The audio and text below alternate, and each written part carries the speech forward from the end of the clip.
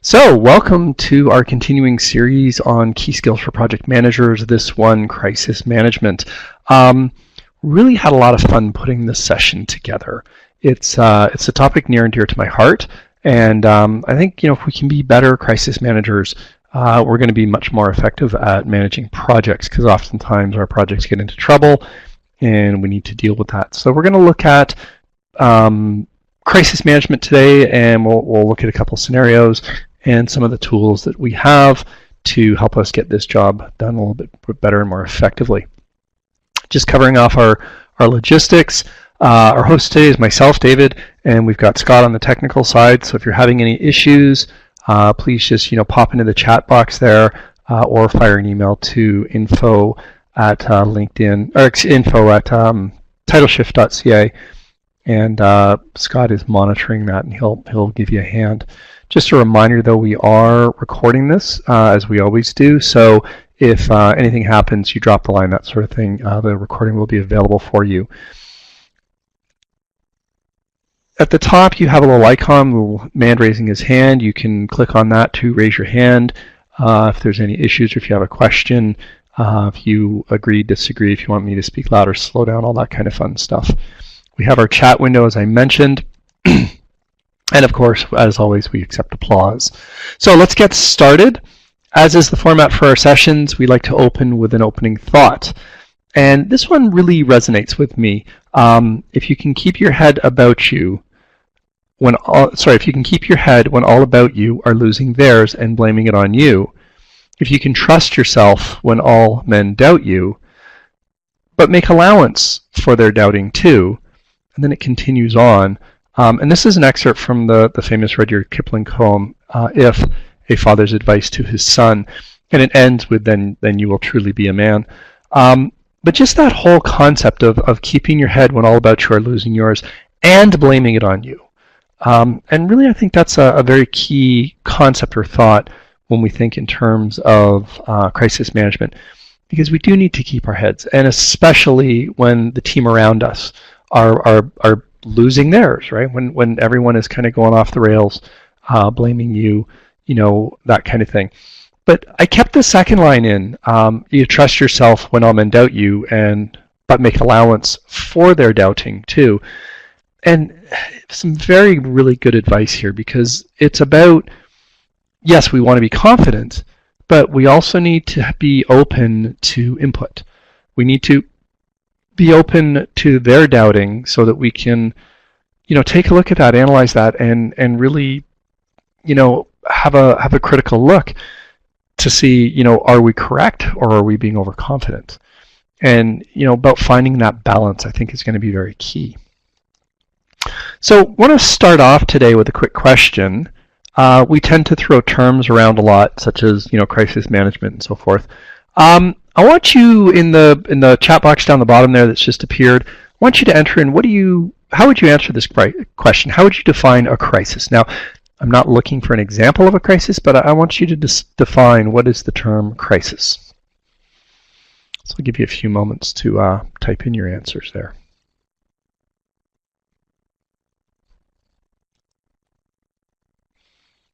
Oh, lovely. Multiple NDs are typing. I love it when I see that message.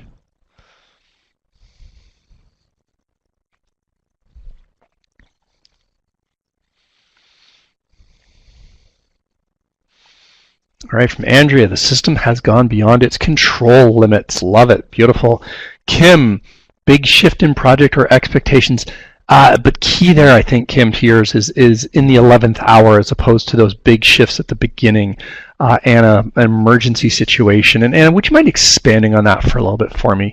And Nita's talking about unexpected big issue, no time, many concerns. So kind of seeing a bit of a theme emerging here, that it's a big shift, but it's a shift that's happening with kind of a timeline or a time limit. From Vaughn, unexpected events requiring immediate action. Again, we're seeing that urgency piece there. From Christine, an event or obstacle that prevents you from continuing along the planned path. Absolutely. Sarah, unexpected problem that cannot be ignored or delayed in responding to. Thank you, Sarah. So again, we're seeing this not only is there an issue, but there's also a concern around, or a time element here from Dorothy. Time when a difficult decision must be made in short time frame. Love that. Thank you. Yes, it's that difficult decision. There's an issue that we have to deal with. It's a big issue, but often a difficult one that we aren't necessarily comfortable in making. Maybe we don't have all the data, or it's a very big important key decision that needs to be made. And yet we need to make that, but we also have this, sort of limited time. So doing a quick little bit of research, crisis, turning point, or difficult, dark time when disasters are happening, or when tough decisions must be made. So we're kind of seeing some of those elements that you talked about. Now, this session is crisis management. So management is a way something is handled or carefully treated. So we layer these two together, and crisis management is our response to that situation. So we've got that turning point, we've got that dark time, we've got that difficult, as Reg just chimed in there, perceived period of high danger. We've got this something's going on. We need to do something about it. So it's our response. But I also wanted to layer in here the preemptive planning or actions, or preventative or mitigation of the crisis. And we're going to be looking at crisis management from two aspects. The first of which is how we respond to the situation, and the second is what can we do preemptive, pre-planning to mitigate that. Okay, so that's going to kind of be our focus today. So I'm going to pose our second question of our session, which is describe elements to effective crisis management. So what are some of the things that you guys are doing that are enabling you to be good, effective crisis managers?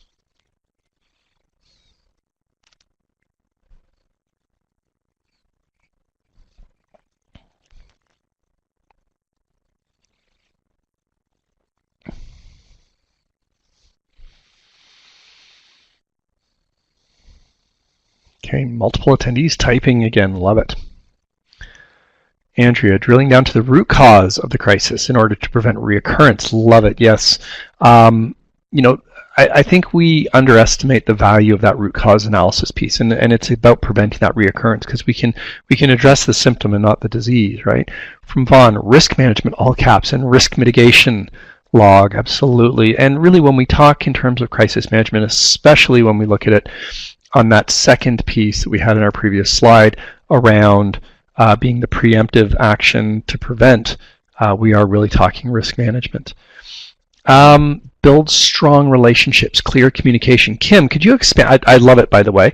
Could you expand a little bit on that, how that's going to help us in that crisis management? Because I totally agree, and I can see where you're going with that. I just want to make sure that I'm in line with what you're thinking.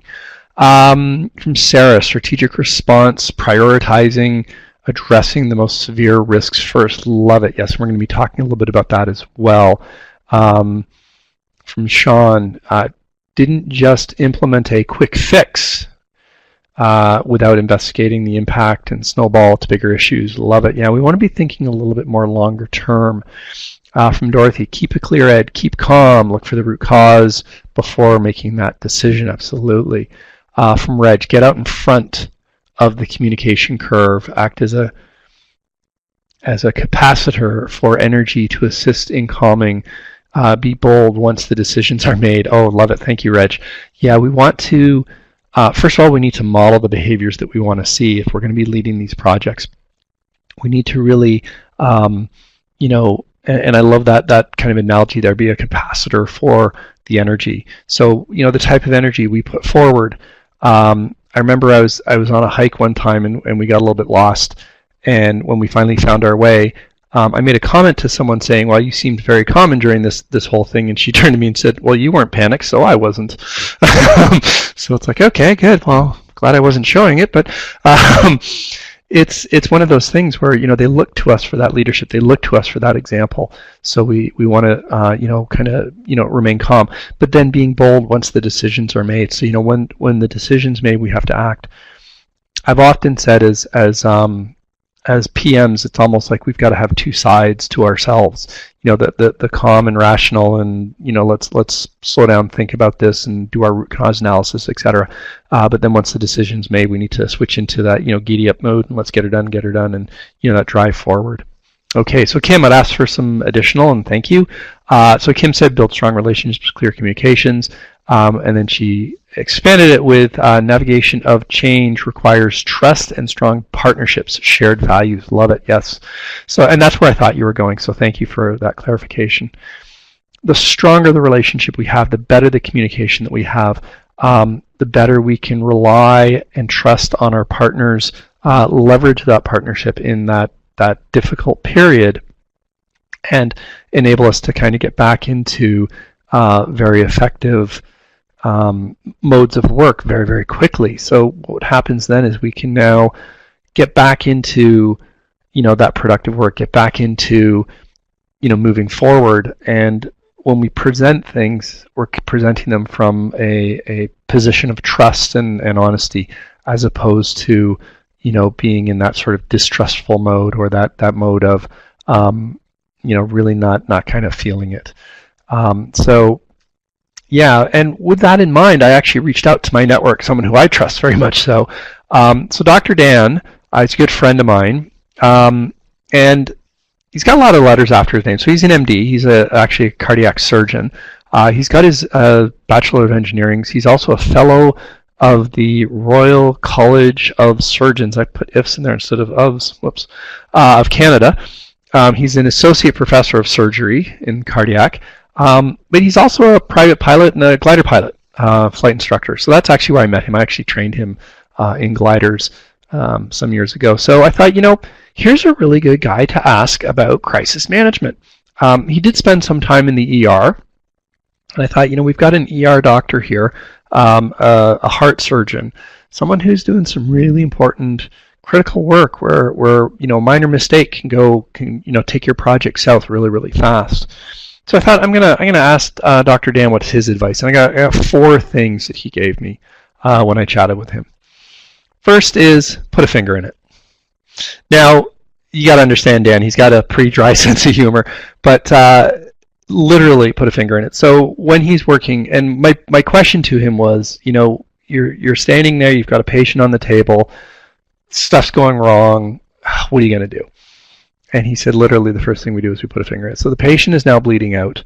You got to stop the bleeding right away. So he says, put a finger in the hole, stop the bleeding, clamp it, or, whatever that looks like. And the essence of this advice is really about reducing that urgency, reducing that momentary things are really going off the rails here. And in Dan's world, when a patient starts bleeding, they're in the process of dying. So you need to stop that process as quickly as possible and stabilize the patient. So, put a finger in it. The second thing that I thought was very astute is he says, ask for help. And this is where, we need a little bit of that humility. And in Jim Collins's work, Good to Great, Built to Last, one of the things that they did is they looked at leadership, and they came up with a scale of 5, being a level 5 leader being the top or the best, and level 1 being the lowest. And the thing that separated a level 4 leader from a level 5 leader was humility. So a level 4 leader had all the classic, dedicated, hardworking, yada, yada, yada. The one thing that a level 5 had that a level 4 didn't was humility. They were humble. And I think you need a bit of that humility to ask for help. And, what we need to do is we need to be pausing and saying, okay, yeah, I could use some assistance here.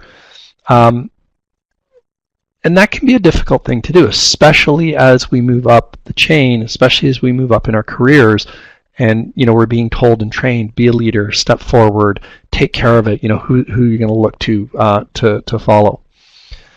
The next one is stay calm. And knowing Dan and his personality, I think this is a big part for him, because he is a very calm, laid-back guy. In our flight training, I threw some pretty serious emergencies at him, and they did not ruffle his feathers. He is a very kind of calm, roll with it kind of guy. That's tough. That can take some real practice, and we'll look at some tools around how we can kind of build that. And then finally, and this is an acronym, SOAR, which we'll dig into. And it's one that I learned in my flying stuff, and I apply it everywhere in my life. So it's a really good one. Okay, so let's break this down a little bit. Put a finger in it. Now, what we're really talking about here is focus. So the question on the table is, what is the goal or what is the objective? In previous sessions that we have done, we've given folks, we've talked a lot about what is the focus or goal of the objective of the project. So when you get into this crisis situation, it's easy to get distracted. It's easy to get into that squeaky wheel syndrome. It's easy to get into the, uh-oh, something's going on, we got to deal with it. And we may be putting time and energy into something that's really not material. My lovely wife who works in the court systems, one of the expressions she picked up from her time there is, does anything turn on this? So, defense counsel will be going on about something and the judge will stop them and say, counsel, does anything turn on this? Meaning, is this really important, or are you just kind of, blowing smoke here? And really that's what this is all about. It's about, what are we materially, jeopardizing the project here with this issue, with this important thing that's going off the rails, or are we being distracted a little bit? And in my learnings, I use this 2x2 matrix to help me get things in order. And the 2x2 matrix, first we look at what's important and what's not important, and then we look at what's urgent and non-urgent. Now, this came out of originally I was exposed to this through the Franklin time management system, which then became I think it was the Franklin Covey one. But you want to ask yourself with anything, is it important? Is it urgent? And if it's important, you put it in the right-hand column. If it's not important, you put it in the left-hand column.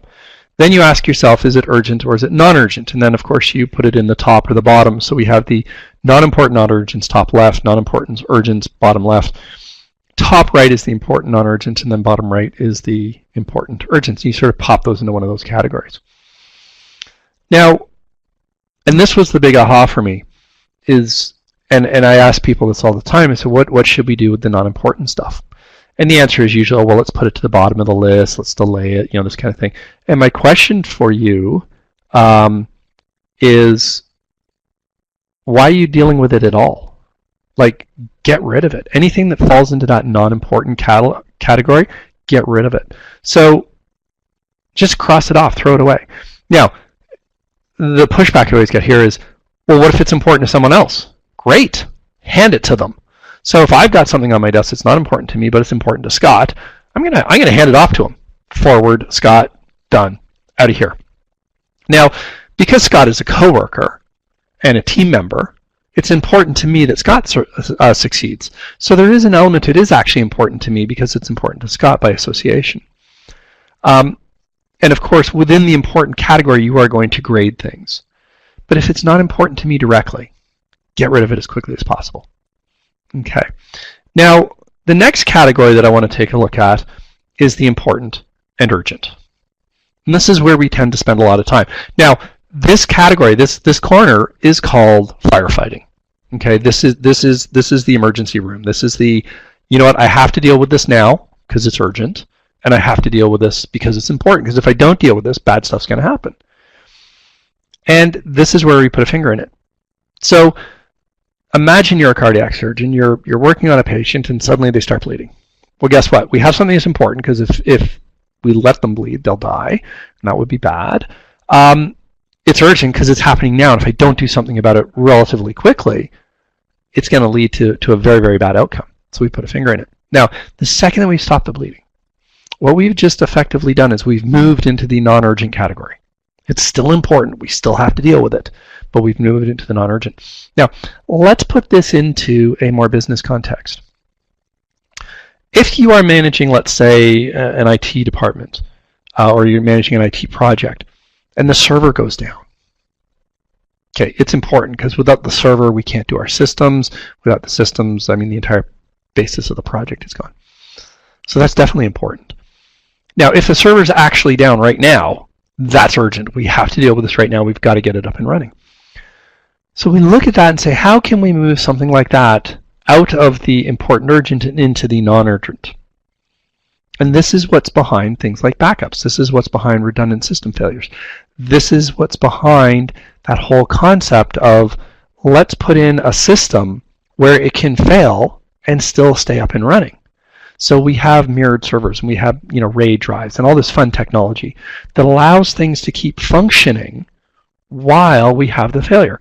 So now what's happened is it's still in the important category, but it's moved to the non-urgent, because if server number 1 goes down and server number 2 simply steps in, unbeknownst to the users, all that's really happened here is we've increased our exposure, in that if server number 2 also goes down, okay, now we're into that urgent. But it allows us to move out of firefighting mode and move more into a scheduled mode. As by extension to that, we do regularly scheduled maintenance. We don't wait for things to fail, we replace them before they fail. Most modern cars today have a timing belt, and if the timing belt fails, older cars had timing chains. If the timing belt fails, your car stops working. Well, timing belts have a service life. So you pop the hood open and you'll see a little sticker on your engine that says you need to replace it every 50,000 miles or whatever the number is. What we're doing is we're trying to move that important thing out of urgent and into non-urgent. We're scheduling it in effect. Okay, so this was a really important or really valuable tool for me. First thing it did for me is it helped me get rid of a bunch of this non-important stuff, because we do tend to spend a bit of time in the non-important urgent category because it's urgent, it's happening now, we got to deal with this. So you want to just start asking yourself, is this important? Should I have to deal with this, right? Is this a squeaky wheel, or do I really need to deal with this?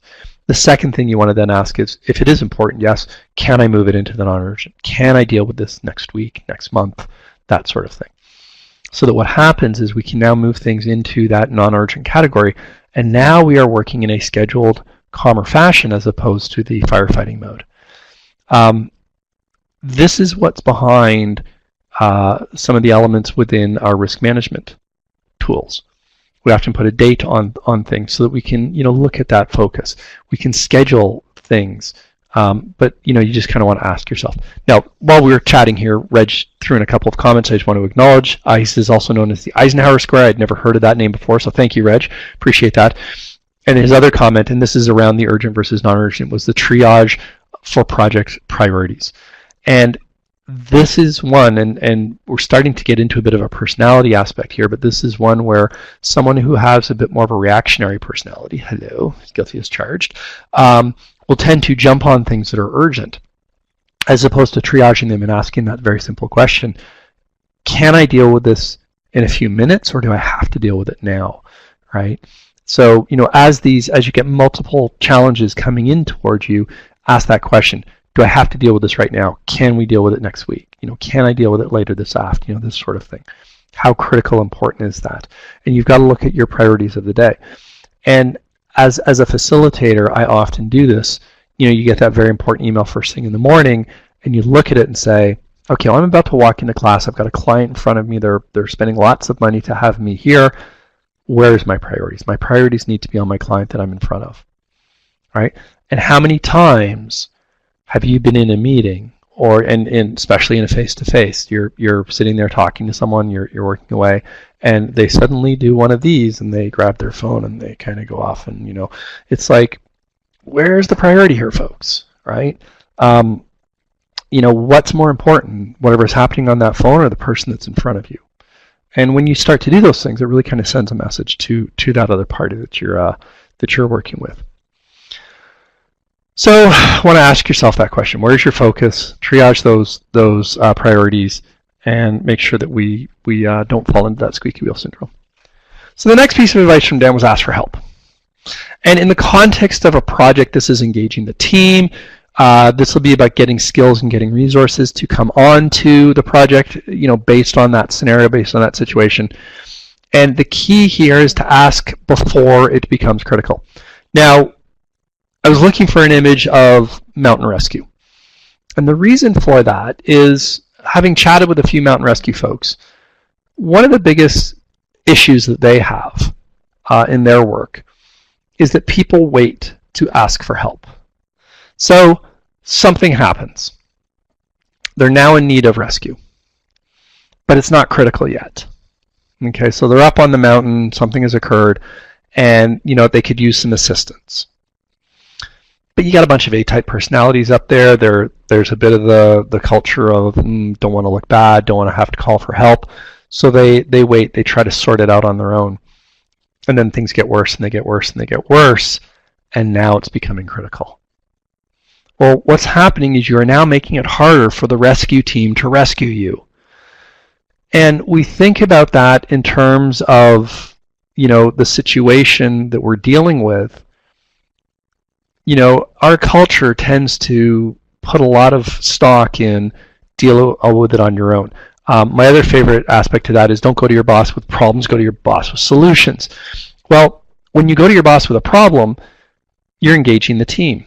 You're asking for those skills and resources. You're asking for support, but do it before it becomes critical. There's a wonderful leadership book called It's Our Ship. It was written by Captain Michael Lesifus. I can never pronounce his last name. If you Google It's Our Ship. So he was a U.S. Navy captain, and he has one of the best on-service records, or on-station records, of any ship in the fleet in history. He took a very dysfunctional ship and turned it completely around and made it one of the best, most on-station ships in the fleet in U.S. Navy history. One of his key tenets for his leadership is when you have a problem, you need to bring it to me right away. And so his first question anytime someone came to him and said, Captain, I got a problem, was, how long have you known about this? And the correct answer was, just found out about it, sir. So the point of this is we want to ask for help early.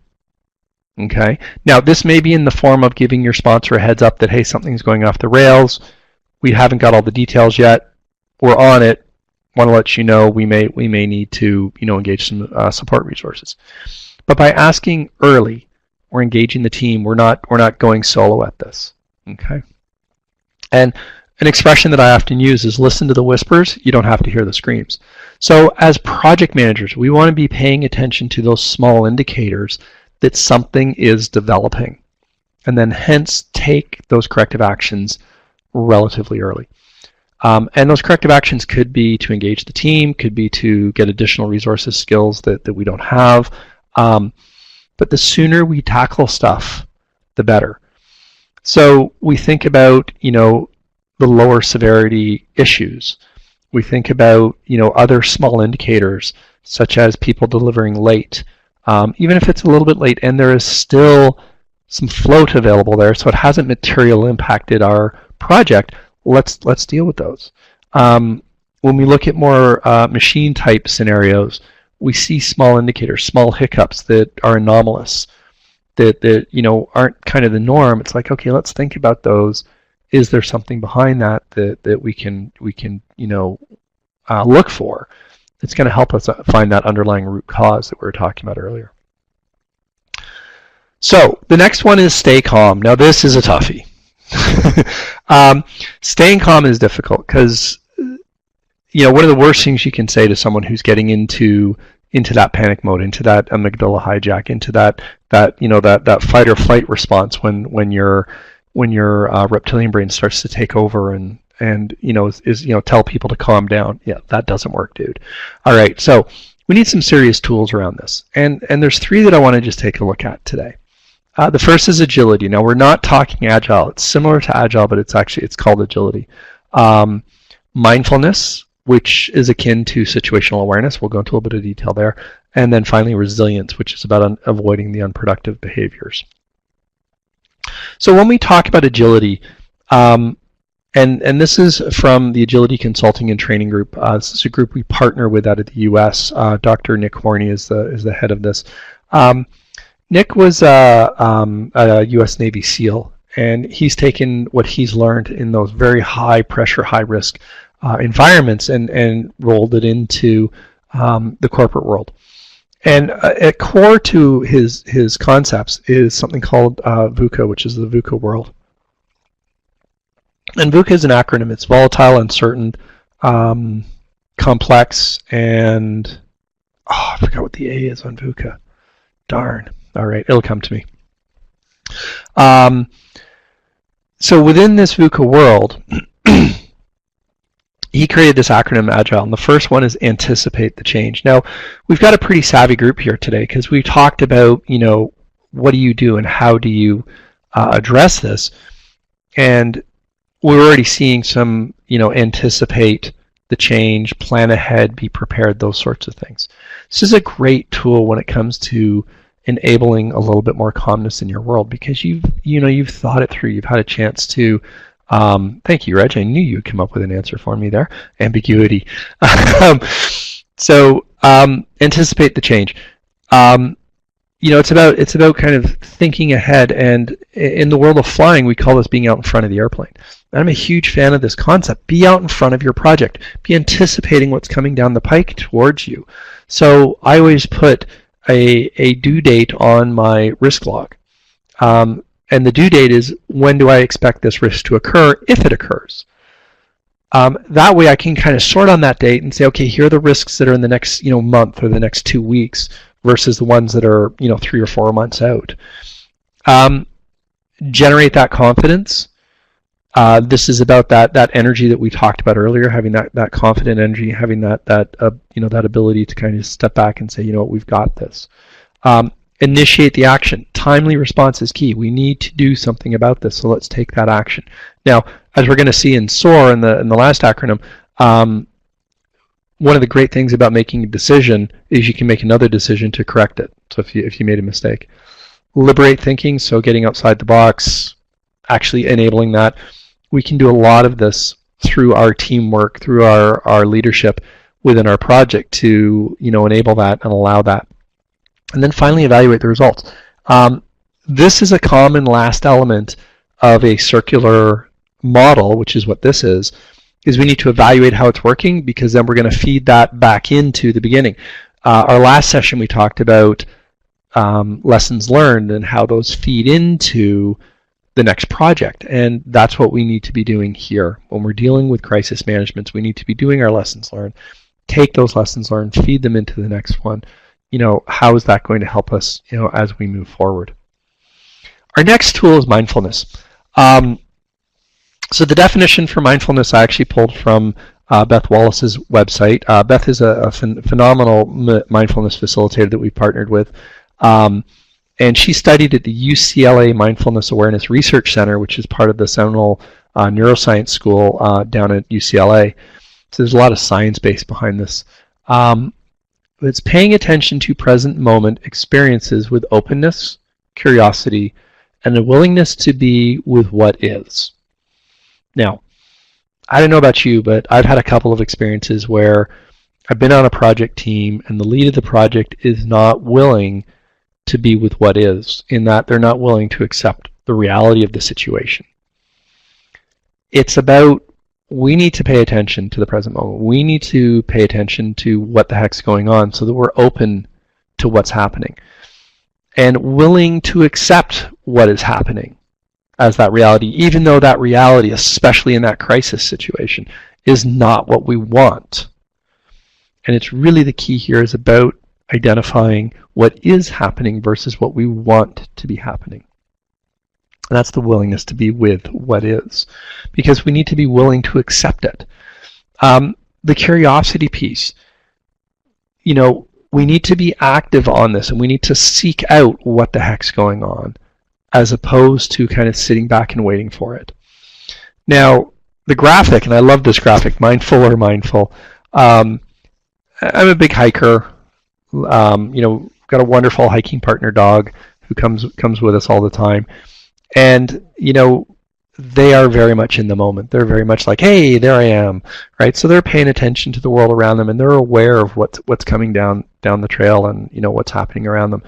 Versus, and I know I've done this, you get into the trail and you're taking the dog for the walk and your mind's full of just a bunch of stuff, right? All the stresses at work and life and everything that's just running through your mind constantly. Mindfulness is a way to help kind of clear some of that clutter. And a good associate of mine was really struggling one day. He was doing a keynote speech for a client, and he emailed me in a bit of a panic. And I replied to him and I said, go take the dog for a walk. Right now, I was also doing a little bit of triage because I was dealing with my own client issues and I didn't really have time, and I knew he was working from home, and his wife was away overseas, so he was taking care of the dog. And I said to him, I said, go take the dog for a walk. So hoping that he would follow my advice and then I could actually come back to him a little bit later. And before I got a chance to get back to him, he replied, he said, thanks, that worked, period, and send. So I chatted with him later and he was like, yeah, wow, totally that worked, right? Because he'd gotten so caught up in the clutter that he needed to kind of take that step back, and that helped him get into that state so that he could then become properly aware of what was going on around him, because he'd lost perspective.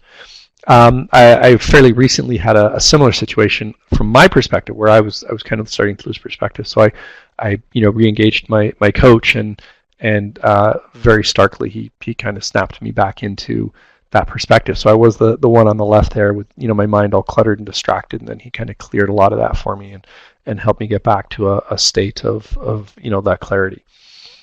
So practice mindfulness. It's a fantastic thing. It really is. The final tool I'm going to talk a little bit about is resilience. So one of our other partners is Resilience Alliance, and we do this wonderful program around building personal resilience during change. And I love their definition of resilience here, so I'm just going to share this with you. Resilience is the ability to absorb high levels of disruptive change while displaying low levels of unproductive behavior. Now, disruptive change is change where you do not basically have control over. Disruptive change is change where your expectations are not are not in line with what is actually happening. And we're chugging along, kind of doing our thing. So the two graphs here, they're kind of similar to an ECG or a heart monitor graph. So we're kind of chugging along, productive behavior. We have the disruption. Now on the graph on the left, we get a big response. And in fact, that response is not only big height-wise, so it goes up into the unproductive behavior, those two lines at the top and bottom. They go out into the unproductive behavior, but they also take longer to recover. As where someone with high resilience is going to have less of a disruption, so less prone to getting into that unproductive behavior, and a quicker recovery. So I was doing one of these sessions one time, and we were talking about this concept, and I was asking people to kind of share some of their situations where they had needed resilience. And one lady put up her hand and she said she was at home one day. Her husband, I think it was either husband or father, had just recently had surgery. He was recovering at home, and someone knocked on the door and said, "This house is being torn down. The building is being torn down." It was a small apartment building. Building is being torn down. You have 15 minutes to get out. And so I kind of stopped. I was like, what, 15 minutes? It's like, yeah, it was literally, she had 15 minutes to get out. Well, her mother-in-law, who was also home at the time, basically just totally, short-circuited and started crying and just completely, definitely the person on the left, right, went into that unproductive behavior, big reaction. She, on the other hand, kept her wits about her and said, okay, we've got to deal with this. So she started phoning friends and relatives and got the neighbors involved, and they got their stuff, got her dad moved, got people out of the house. It was about 45 minutes till they actually came and tore the building down. But it's something she had to kind of really deal with right away. It wasn't in Canada, by the way. It was overseas that this happened. So we look at those situations and say, how can we stay within our productive behavior without going into this highly unproductive behavior? What does that look like? And as a bit of self-reflection, I want you to think about when you've had a highly disruptive change, did you stay in the productive behavior zone, or did you go out into the unproductive? And I know I can find examples in my personal life around both, where I did go into the unproductive versus staying in the productive behaviors. Okay. Our final tool for today is SOAR. I'm a huge fan of this one. I love nice, simple tools. And this one starts off with situation. What is happening? This is a bit of that whole triage piece. This is a bit of that whole self-awareness piece. And this is where mindfulness can kick in. This is where things like agility, when you're working in that VUCA world, so that you can, create that awareness. Other tools would include things like emotional intelligence and, just creating a little bit more self-awareness. But not only awareness of ourselves, but awareness of our situation and what's going on. What are the options? So what can I do? And I'm going to emphasize the word can, because options is about, what's available to me right now based on this situation.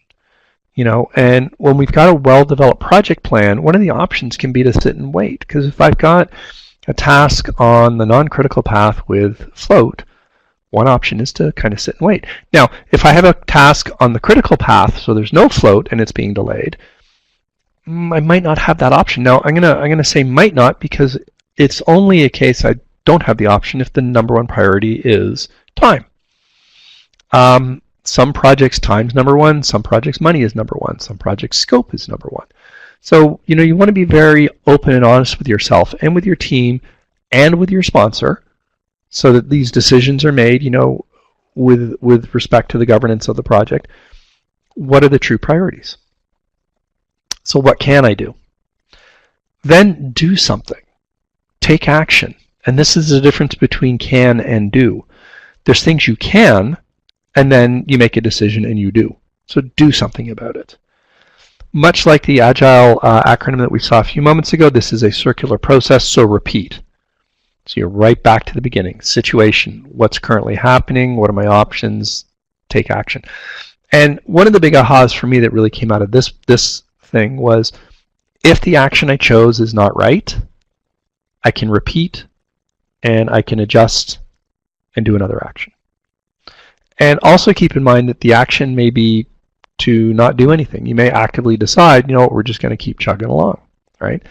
So here's a picture of one of my students on his first solo. Here's Todd coming into land for the very first time. And something that we drill into our students all the time is constantly, what's my situation? What are my options? Take that action, repeat. Now, in this situation here, he's on final approach. He's about to land. Got the runway made. Got the spoilers out to bleed off a little bit of height. One of the options he has is to just maintain. Keep doing what he's doing. Things are looking good. Awesome. Let's keep doing that. Then reassess your situation a little bit further along, a little bit closer to the ground, and so on and so on and so on. And we constantly do this. It's just a constant flow.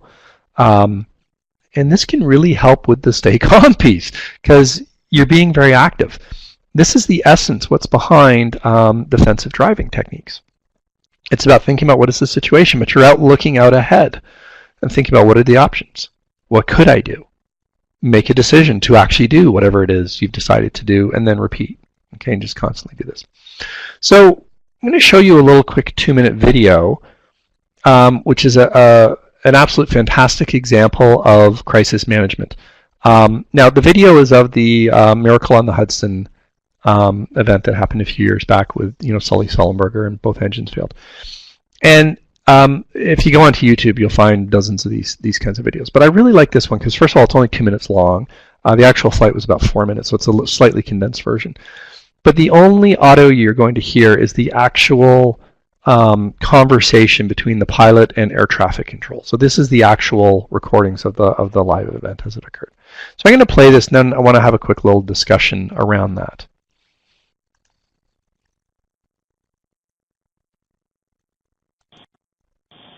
Cactus 1549, 700, climbing 5,000. Cactus 1549, departure to contact, climb, maintain 15,000. Maintain 15,000, Cactus 1549.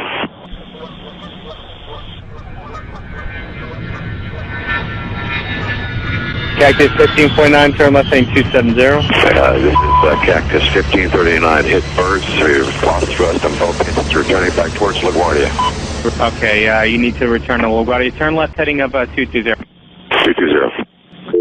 Tower, stop your departures, got emergency returning. It's 1529. He bird strike, he lost the thrust in the engines, he's returning immediately. Cactus 1529, which engines? He lost thrust in both engines, he said. Got it.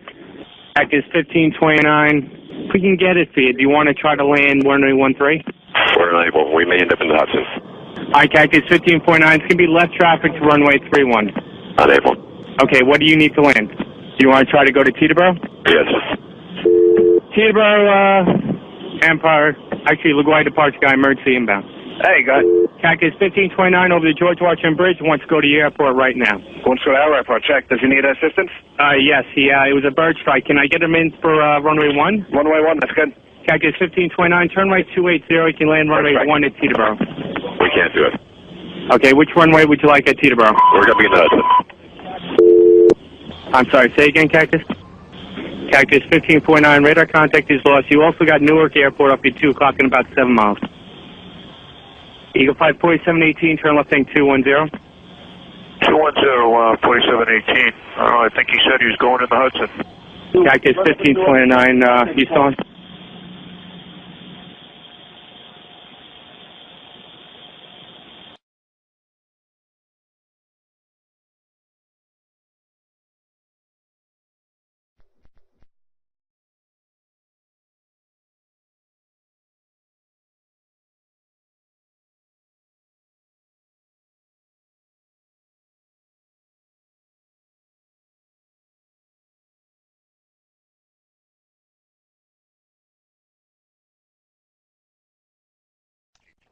There we go. Thanks, guys. I decided to mute my mic while the video was playing in case I made any noise here. So, yeah, no worries. And no worries on the all caps there, dude. It's quite all right. Thank you for letting me know. One of the things I love about that video is you can just hear how calm everyone involved was. We're talking the height of crisis management here. For anyone who's, I know we've got at least one pilot out there in our audience, anyone who's a pilot or knows anything about flying, takeoff is one of your most critical spots, right? That's when you're relying on your engine the most. So if an engine fails up at higher altitude, you've got a lot more options than when you're just first taking off. So this is a really critical moment. So here we have a situation where in this case, both engines have failed. Now, this is why there's always 2 engines on every airliner, because it's redundant systems, right? We have that backup system. It's much like the way on those really important key systems, computer systems, we'll have 2 servers, right? We do mirrored servers, we do 2 drives, we'll even do 2 locations, so that should there be a regional power outage, it'll hit one location and not the other, and things like this. So we do all kinds of backup duplicate systems throughout, various machines or systems. So here's a situation where both engines were lost, and that's extremely rare for that to occur. It's also happening very close to the ground. So it was like 3 minutes 50 seconds between liftoff and touchdown. So he had a very short amount of time to deal with this situation, and decisions were absolutely key. So we've got very high pressure, very high stakes, very short amount of time, and yet you listen to their voices. This is a normal day at the office for these folks. Now, what are some of the things do you think that enable them to do that? And what I'll do is I'll just get you to use the chat box over on the right. What are some of the things that you think enable them to be that calm under that kind of a situation? And Sarah's first out of the gate there, absolutely, training. Now, airline pilots and air traffic controllers, they go through a ton of training. In fact, an airline pilot goes through retraining every 6 months, and that training is actually training/testing, because if you fail the test, you get a second chance. If you fail a second time, you're out of a job. So not only is it training, but it's experiential training. You actually experience that. From Sean, predetermined emergency procedures. Absolutely. They have thought through this ahead of time. They have sat down around the boardroom table where it's calm and said, okay, what do we do if this occurs? What do we do if this occurs? What do we do if this occurs? And then they take all those things that do occur, investigate them, and then say, okay, based on that occurring, let's update our procedures. Let's update this. This is the classic lessons learned, folks. This is let's take what happened in the last project, flight, right? It's like a project, it has a beginning and an end. Let's take what happened in the last one and see how we can apply it going forward. And then from Julie, experience. Now, what's interesting with that comment, Julie, which I totally agree with you, what's interesting with that is a couple things. First of all, we do have people with lower experience out there doing these jobs, right? That's the nature of the beast, right? You can never have, the 20-year veteran at the controls every time. Part of the reason why we have, 2 pilots in every airplane. The other part of that is that the training actually gives them experience. So when you look at a pilot's qualifications, one of the base measures of that is number of hours, which is, how many hours of flying have you done? But not only that, the simulators are so well designed that we can put you through all kinds of situations that you would never experience in your real life. Because I want you to think about this for a second, and we'll put this in a context I think everyone can relate to, which is driving. Now, we just had a bit of a winter blast here this morning, our first kind of real serious look at this year's winter that's coming. We're getting into icing conditions and slippery roads and things like that. When your car goes into a skid, that's when you need your highest skill levels. And it's rare that our cars go into skids. Right? We have lots of things to help us prevent that from occurring. It's the same with a project. It's not until our projects go off the rails that we actually need to have the higher skill levels, right? And yet we don't have projects that go off the rails all the time. Well, some of us.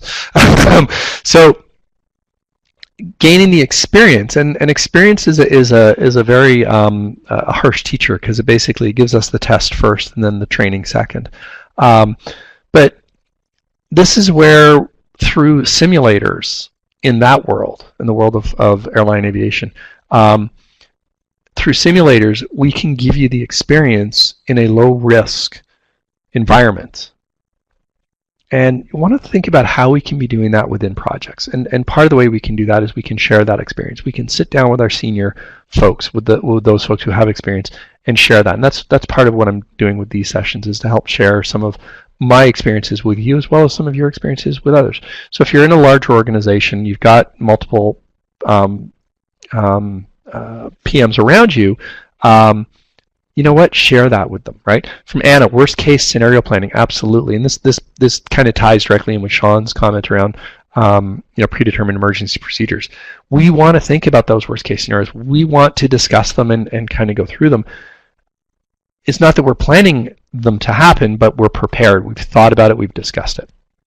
Okay, so fantastic.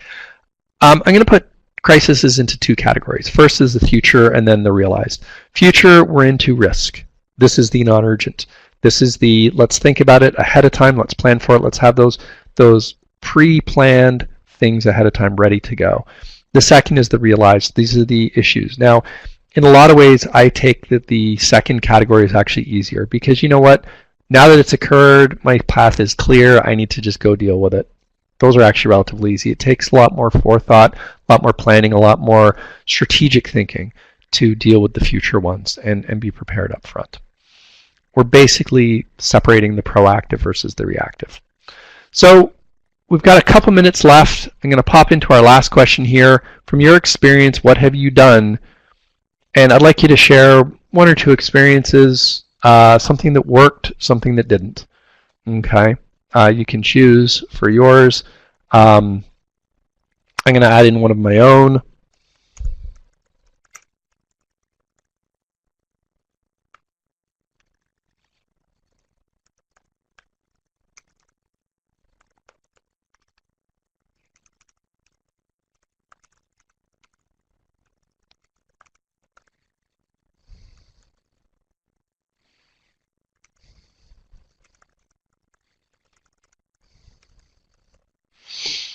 Okay, so for mine, it was upfront honesty.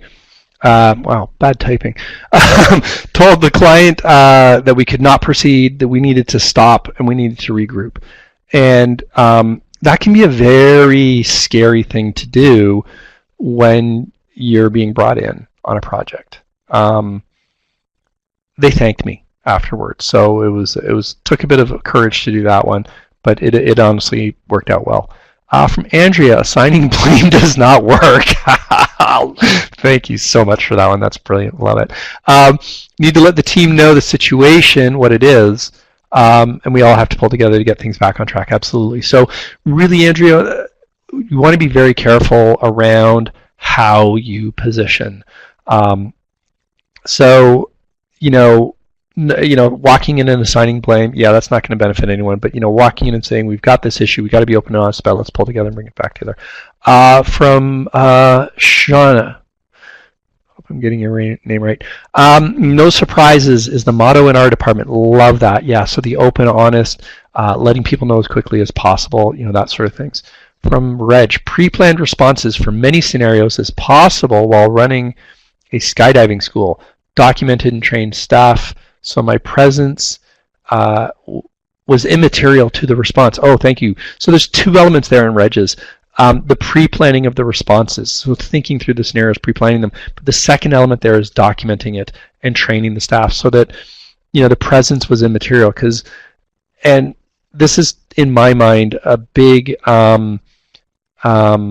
factor or indicator of really, truly good leadership, that the leader steps back and things still function, right? So thank you for that, Reg. From Anita, show expertise and leverage your team strengths. Absolutely. Oh, sorry, share expertise. Thank you. Yes.